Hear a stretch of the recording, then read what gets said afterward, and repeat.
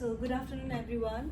So my name is Nisa Kaur. So as we did last time, the observation. So regarding the observation, I'm doing the presentation which we during the observation period we did some of the find some of the passive as well as some active fire protection system.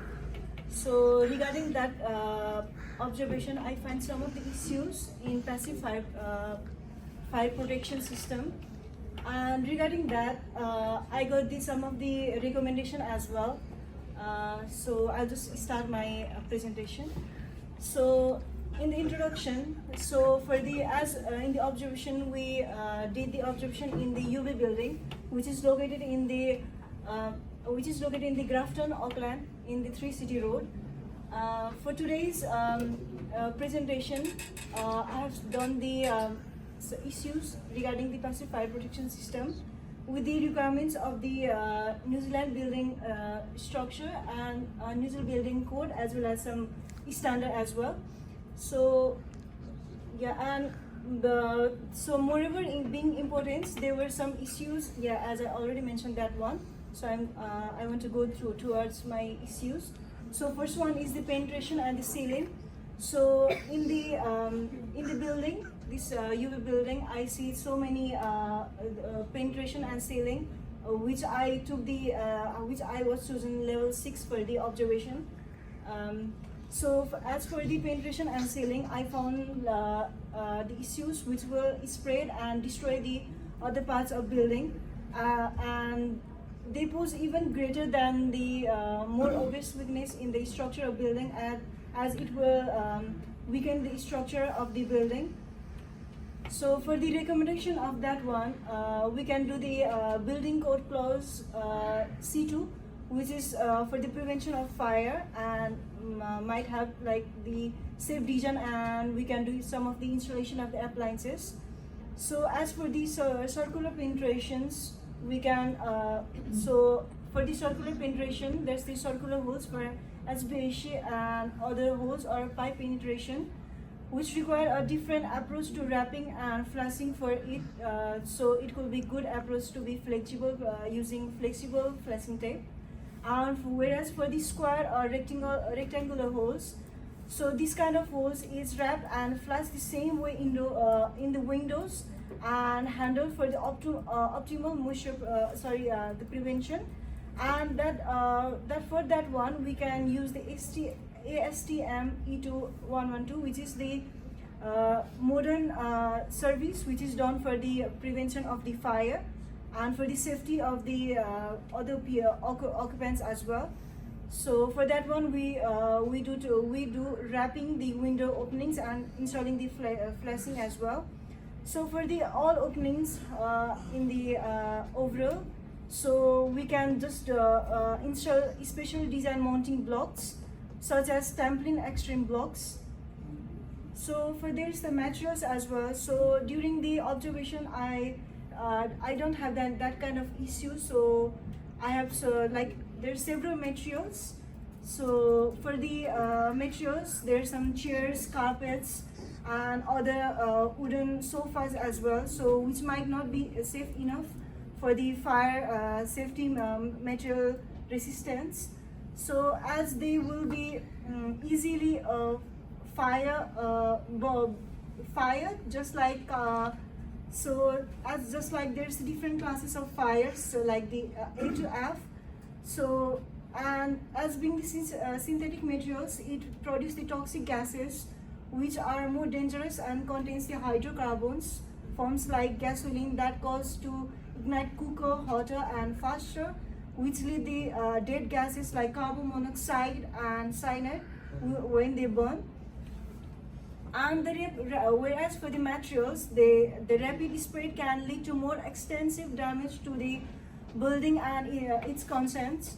So whereas they can become combustible materials, which like for endangering the overall stability of the structure as well. So and the rapid spread of fire in the as per the life occupants, as well as there's so many staffs, students and other visitors also might can can be also in the danger, and like they might feel the difficult in evacuation in terms of fire, and like that kind of, and even the firefighters can be in the risks for in the overall potential rapid fire spread and the toxic smoke and the structural collapse as well.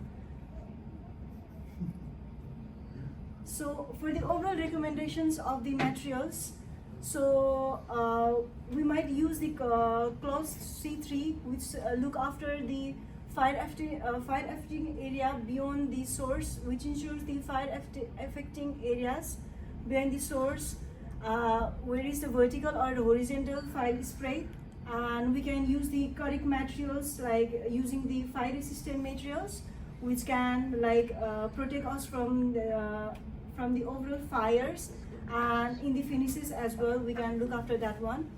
And we need to make sure that all the materials comply with the New Zealand building standards and the codes, and which can't spread the fire as well. And the most and last importance, we need to do the regular maintenance for each and materials, and the inspections will be mostly done for that one. So for the emergency egress, so I see like for the emergency egress, we don't have that much of the signage, and it's not clearly notified as well. So I think like it needs to be a little bit more, and like it needs to be clearly signage, so that signage for that, so people can easily note down that one and can clearly see. So for that one, there might be so many issues, so that it can happen, like it can lead to panic and confusion situation for the overall occupants and the other visitors, which they cannot be, which they can't see it properly. And for the building owners or like the manager for this building, they can liable for the injuries or deaths resulting from the egress issue whenever there is fire, leading to the potential lawsuits and the financial settlements. So regarding the poor designing or obstructed egress roads, which can hinder firefighters' ability to enter the building and conduct rescue operation as well whenever there is fire. So for the recommendation, so for the clause, there's a C4 and C5. So that's for the movement to the place of safety, like there's the fire warning, visibility, or the escape routes. Whereas there for the C5, there's access and safety for firefighting operations, access and safety for the firefighting operations, exit, hazards, information, like we can use that clause. And for the, as I say already, for the, so for the recommendation, there's the clear, we need to do the clear signature, and we can just post so many like the emergency egress, so that there will be safe enough whenever there is fire, and there should be adequate lighting as well, and there should be accessible routes for the people, the occupants, whoever is staying here. And there's most important, there needs to be code compliance, as there's the New Zealand building code, and there's the code and the standards, and we need to follow the health and safety standard as well. There's the and there's the proper designing as well. So for the as there's the poorly designed buildings may lack adequate fire like for that one, there's the compartmentation. So as being there's so many compartmentation, so which might for allow the fire and the smoke to spread quickly through the open spaces, stair walls, and the space walls. So being poorly designed, like the compartmentation, that may be difficult for the firefighters to access and navigate the structure, hampering the rescue and firefighting efforts. So as per the building owners as well, it might be liable for the injuring deaths and damages resulting from poor fire safety, and leading to potential lawsuits and financial settlements as well. So as for the recommendation, we can use the C6 as is for the structural instability as well. So for the likelihood of failure or collapse. So and we need to use the proper material selection as well, and the regular inspection needs to be done, and need to be use the 10 seconds.